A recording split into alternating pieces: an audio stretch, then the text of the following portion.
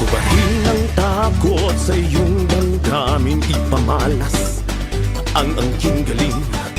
Tumayong buong tapang, harapin ang buhay at kapin ang tagumpay.